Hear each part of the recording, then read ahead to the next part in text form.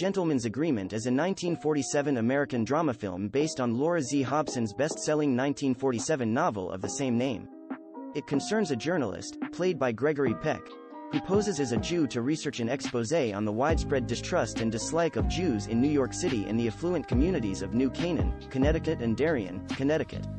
It was nominated for 8 Oscars and won 3: Best Picture, Best Supporting Actress, Celeste Holm, and Best Director, Elia Kazan. The movie was controversial in its day, as was a similar film on the same subject, Crossfire, which was released the same year, though that film was originally a story about anti-homosexuality, later changed to anti-Semitism. In 2017, the film was selected for preservation in the United States National Film Registry by the Library of Congress as being culturally, historically, or aesthetically significant. It was released on DVD as part of the 20th Century Fox Studio Classics collection. Plot: Philip Schuyler Green, Gregory Peck, is a widowed journalist who has just moved to New York City with his son Tommy, Dean Stockwell, and mother, Anne Revere. Green meets with magazine publisher John Minify, Albert Decker, who asks Green, a Gentile, to write an article on anti-Semitism. Some people don't like other people just because they're Jews. He is not very enthusiastic at first, but after initially struggling with how to approach the topic in a fresh way, Green is inspired to adopt a Jewish identity, Phil Greenberg, and writes about his first-hand experiences. At a lunch party, Phil meets Minify's divorced niece Kathy Lacey, Dorothy McGuire, a preschool teacher, who turns out to be the person who originally suggested the story idea. The next day, Phil tries to explain anti-Jewish prejudice to his young, precocious son, directly after displaying some anti-female prejudice of his own. Green tells his mother that he's struck by the odd notion that the idea for the article came from a girl at the magazine. His mother replies, "Why, women will be thinking next." Phil and Kathy begin dating. They agree to keep it secret that Phil is not Jewish. Phil has difficulty getting started on his assignment. He realizes he can never feel what another person feels unless he experiences it himself. He recalls having lived as an Okie on Route 66 inches or as a coal miner for previous writing jobs, instead of tapping a man on the shoulder and making him talk. He then decides to write, "I was Jewish for 6 months." Though Kathy seems to have liberal views, when he reveals what he intends to do, she is taken aback and asks if he actually is Jewish. The strain on their relationship due to Kathy's subtle acquiescence to bigotry becomes a key theme in the film. At the magazine, Phil is assigned a secretary, Elaine Wales, June Havoc, who reveals that she, too, is Jewish. She changed her name to get the job. Her application under her real, Jewish-sounding name, Estelle Wilewski, was rejected. After Phil informs Minify about Wales's experience, Minify orders the magazine to adopt hiring policies that are open to Jews. Wales has reservations about the new policy, fearing that the wrong Jews will be hired and ruin things for the few Jews working there now. Phil meets fashion editor Anne Detry, Celeste Holm, who becomes a good friend and potentially more, particularly as strains develop between Phil and Kathy. Phil's childhood friend, Dave Goldman, John Garfield, who is Jewish, moves to New York for a job and lives with the Greens while he looks for a home for his family. Dave also experiences anti-Semitism when someone in the armed forces tells him that he hates Jews, and they get into a brief fight before the prejudiced soldier is taken away.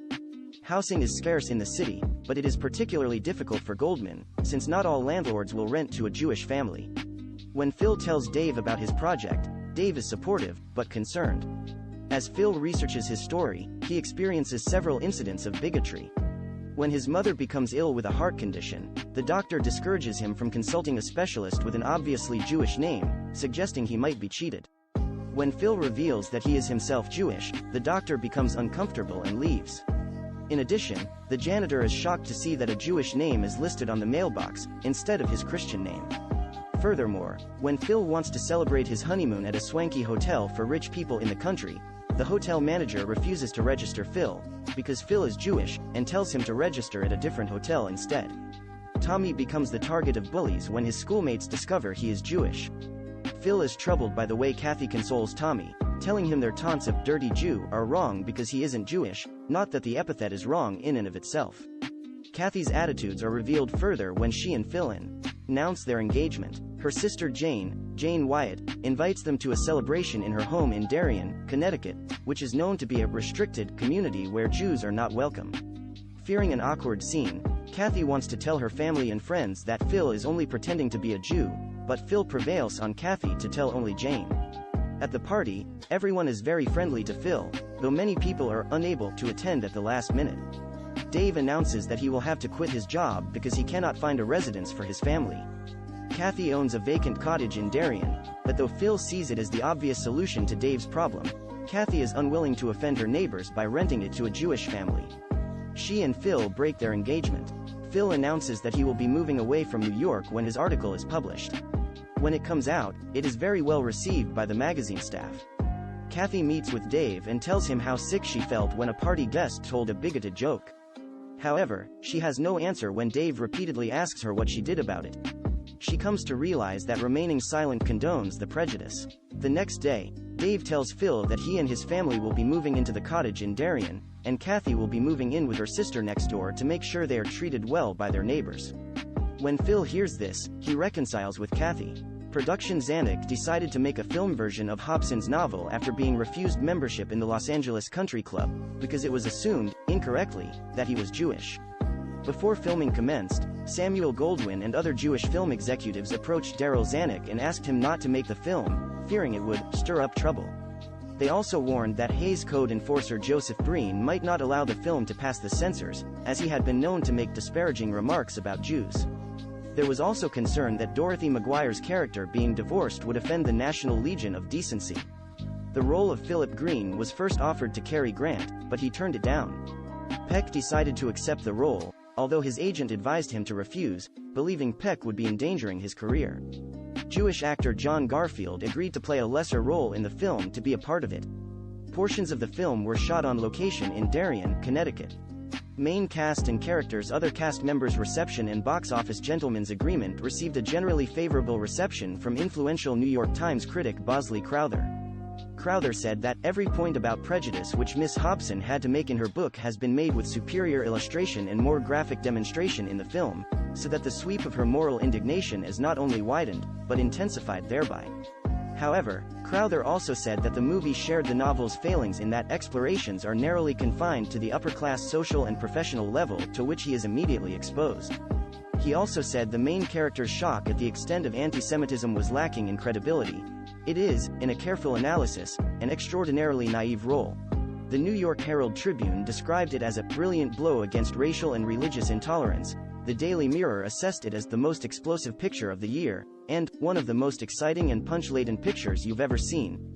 In addition to winning Academy Awards for Best Picture, Best Director, and Best Supporting Actress, Celeste Holm, Gentleman's Agreement was one of Fox's highest-grossing movies of 1947. The political nature of the film, however, upset the House Un-American Activities Committee, with Elia Kazan, Darryl Zanuck, John Garfield, and Anne Revere all being called to testify before the committee.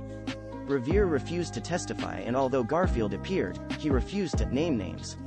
Both were placed in the red channels of the Hollywood blacklist. Garfield remained on the blacklist for a year, was called again to testify against his wife, and died of a heart attack at the age of 39 before his second hearing date. In recognition for producing Gentleman's Agreement, the Hollywood chapter of B'nai B'rith International honored Darryl Zanuck as its Man of the Year for 1948. On Sunday, December 12, a gala commemoration evening was held in downtown Los Angeles at the Biltmore Hotel before a crowd of over 1,000. Among the tributes to Zanuck, New Mexico Senator Clinton Anderson said, "He does not storm up and down the streets of a community, urging its citizens to do good. He does not fill the pages of books with words that string together into a sermon. He allows you to be seated comfortably in a theater, to be absorbed in a problem, and to walk out into the night with your thoughts clarified and your lips saying, 'This situation ought to be changed.'" After the formal speeches, there was a star-studded variety show, including the debut before the Hollywood film world of the team of Dean Martin and Jerry Lewis. The movie was an unexpected hit at the box office. According to Variety, it earned $3.9 million in rentals in the U.S. in 1948. Leonard Maltin said, "Sincere, then daring approach to the subject matter is tame now."